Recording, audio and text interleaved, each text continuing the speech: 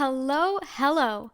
I am very excited for this video, and if you are listening to the podcast, I highly encourage you to come on over to YouTube to get the full experience because today I am giving you a taste of my extreme hunger course.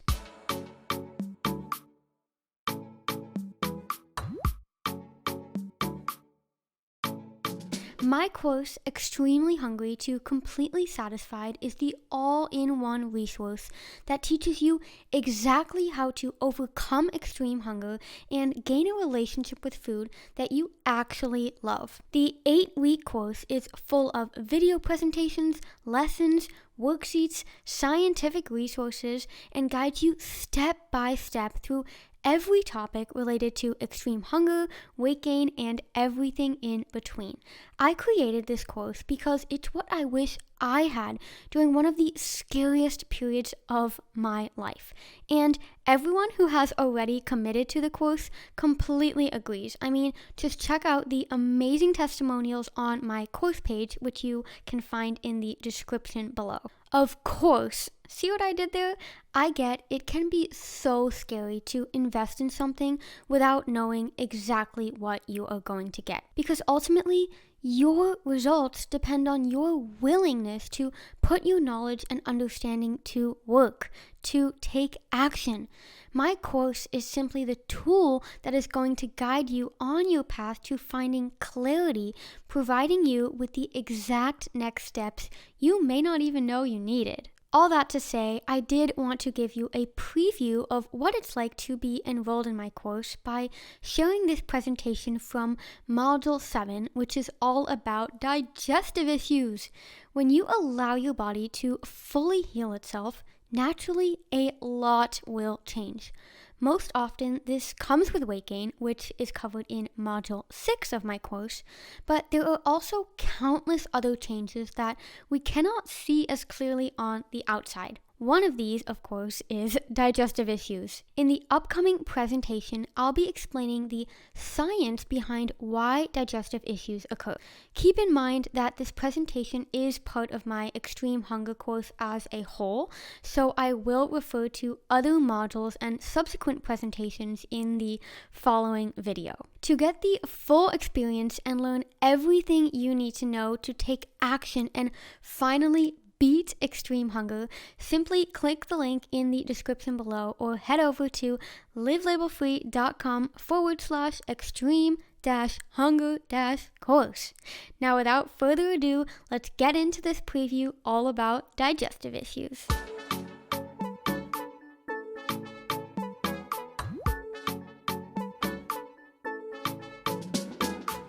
I'm going to dive straight in by saying that digestive issues are one of the worst parts of recovery. Stomach issues can be painful, embarrassing, and downright inconvenient at times. But along with weight gain, they are simply a way in which your body is adjusting to ultimately achieving that energy balance. In this presentation, we will be diving into the science behind why different digestive issues occur so that you can gain insight on how to heal them.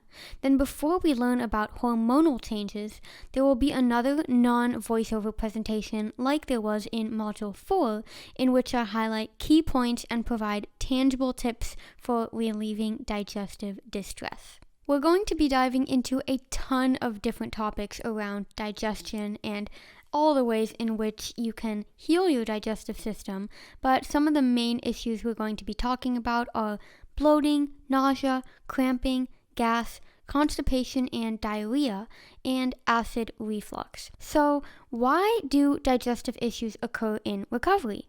Well, as we learned back in Module 2, the body will slow or completely shut down processes that are non-essential to life when you are in energy deficit. Each and every part of our body requires fuel to function, which means that a lack of adequate fuel equals inadequate function. When you are not eating enough, your body doesn't really need to digest a lot of food.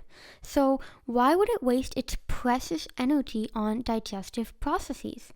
That's right, it will not.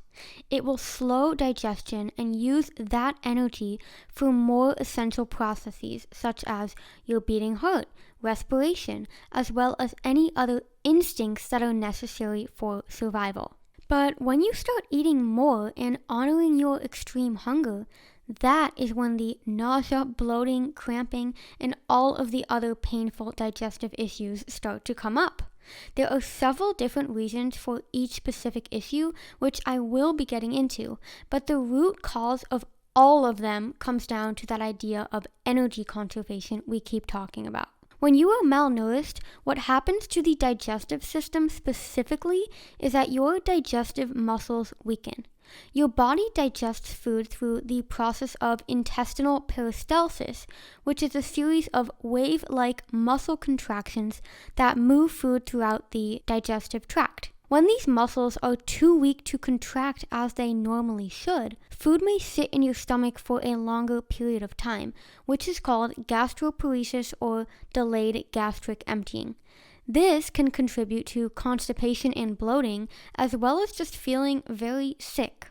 The good news is that just like any muscle in your body, you can train your digestive system to work properly again, but you need to give it a reason to. If you want your digestive system to digest food, you need to eat enough food. Because the more you eat, the quicker you get out of energy deficit and the quicker your digestive system will get everything moving again as it should. Another reason digestive issues occur in recovery has to do with our gut microbiome. When you eat a limited diet, your healthy gut bacteria that require nutrients to thrive die off, and bacteria that can survive on practically nothing will remain intact, creating an incredible imbalance in your gut. Again, when you are actively restricting, you may not experience the direct consequences of this. It's only when you start fueling your body properly that you start experiencing symptoms. When you do start increasing your food intake, you may experience temporary food intolerances or IBS, which is short for irritable bowel syndrome. This lack of ability to properly digest food is due to the lack of healthy bacteria necessary to break down the food. More specifically, the bacteria necessary to break down certain types of FODMAPs, which are certain types of carbohydrates, are lacking, resulting in those IBS-like symptoms such as gas, bloating, constipation, and diarrhea. Now, a very commonly asked question is whether or not one should go on an elimination diet when experiencing symptoms of IBS. And my answer is absolutely not.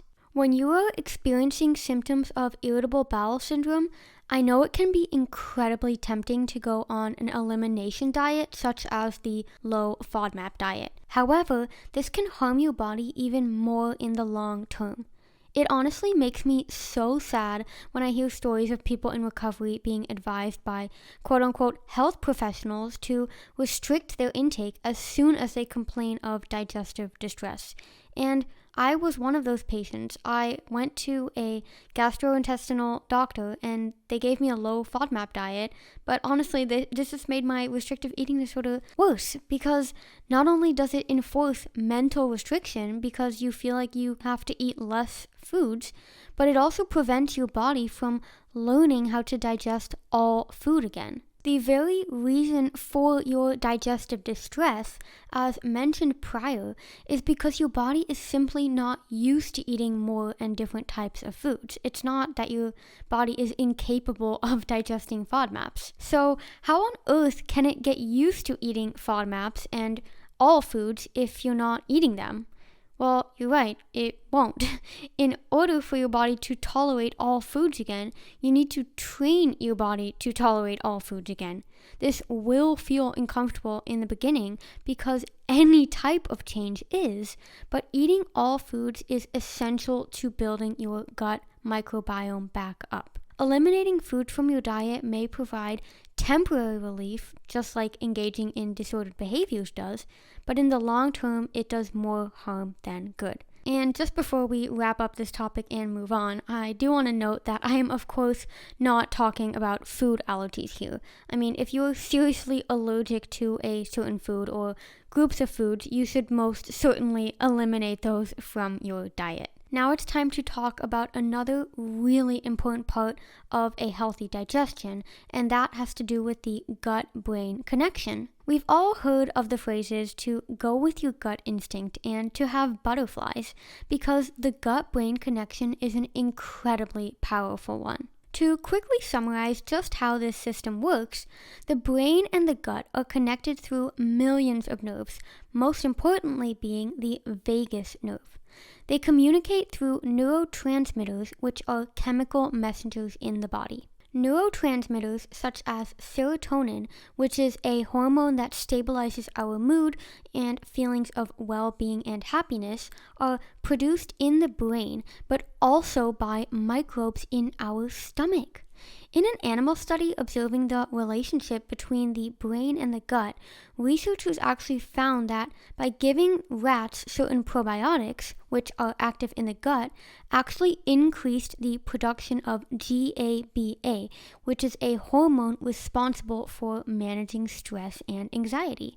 So yes, that's why feeding those healthy gut bacteria can contribute to your positive mental health. The same goes vice versa, meaning your mental state also has a huge impact on your gut health. If you are anxious about eating a certain food, you are more likely to experience digestive distress because your gut microbiome will be receiving those anxious messages from your brain.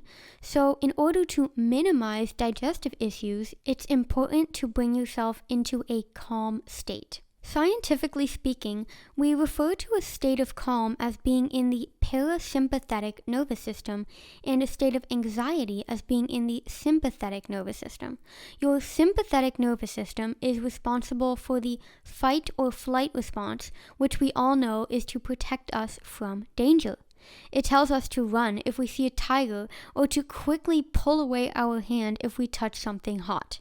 When the body goes into fight or flight mode, it temporarily switches off digestion so it can focus on fast action. I mean, if your priority is to run to safety after seeing a tiger, the body isn't going to waste energy on digesting that sandwich you just ate for lunch. Your body will put all of its energy into whatever it needs to get you out of the danger zone as soon as possible. Here again, we come across that idea of energy conservation. Your body is constantly monitoring where energy is needed and may temporarily borrow that energy from other places in the body to ensure optimal chances of survival. This automatic response of the body to protect us from danger is, without a doubt, truly amazing, and most of the human race probably wouldn't be here today if it weren't for our ability to switch between the sympathetic and parasympathetic nervous system. However, if you are constantly in your sympathetic nervous system, can you see how that would be a problem? Not only are you living in a constant state of anxiety, but as we just learned, being in your sympathetic nervous system contributes to digestive distress. So, the key to improving your digestion is to find ways in which you can get out of your sympathetic nervous system and into your parasympathetic nervous system. One super easy way to get into your parasympathetic nervous system is by taking deep, slow breaths. Remember how I mentioned that one of the most important nerves that connects the gut and brain is the vagus nerve? Well, when you take deep, slow breaths, it activates the vagus nerve, which in turn activates your parasympathetic nervous system. So next time you sit down for a meal or are experiencing anxiety around food, take a couple minutes to focus on your breath. You'd be surprised at the results. The last topic I want to discuss when it comes to digestive issues is acid reflux. Acid reflux and heartburn, which are both symptoms of GERD or GERD, are very common in recovery from disordered eating. So, what exactly is GERD? It stands for gastroesophageal reflux disease, which we can unpack by defining the terms gastroesophageal as well as reflux. When doctors use the word gastroesophageal, they are referring to the stomach and the esophagus. The meaning of the word reflux is to flow back or return. So when you put these two terms together, GERD or GERD is the upward flowing back or returning of consumed foods or fluids from the stomach up through the esophagus, which can then result in unintentional vomiting or acid reflux. A huge misconception around acid reflux is that it is caused by too much acid in your stomach, but this is rarely the case in recovery from restrictive eating. The real cause has to do with the lower esophageal sphincter, also known as the LES or less. Normally, the LES opens as you eat and then closes to prevent stomach contents from traveling back up. However, what did we learn that happens with muscles when we have been malnourished? That's right, muscles weaken and will not expand and contract as they should. This is the same case with GERD. The LES is weakened, meaning it doesn't expand and contract as it should. So, when you start eating more and start actually putting adequate contents into your stomach, it is much more likely for you to experience GERD-like symptoms. Just like with IBS, we simply need to train our muscles to work again. Not go on an elimination diet or restrict certain foods, but accept that this is temporary, because it totally is, and your body will heal. And that's a wrap for this presentation on digestive issues. I hope this little snippet of my course, Extremely Hungry to Completely Satisfied, gave you a taste of my style and structure and helps get you over that fear hurdle of investing in your long-term health and happiness. Because that is exactly what your health and happiness is, an investment, not an expense. So if you are ready to kick extreme hunger to the curb, heal your body in every way possible, and shift your mindset over the course of just 8 weeks, you are definitely going to want to enroll in my Extreme Hunger course by clicking the link in the description below or heading over to livelabelfree.com/extreme-hunger-course. I am so confident that this course is exactly what you need to achieve a life of freedom that I offer a 100% satisfaction risk-free guarantee. Meaning, if you go through the course, put in the work, and don't get any results, I'll give you a full refund, no questions asked. So truly, you have nothing to lose and everything to gain. I will see you on the other side, my friend. Bye-bye now.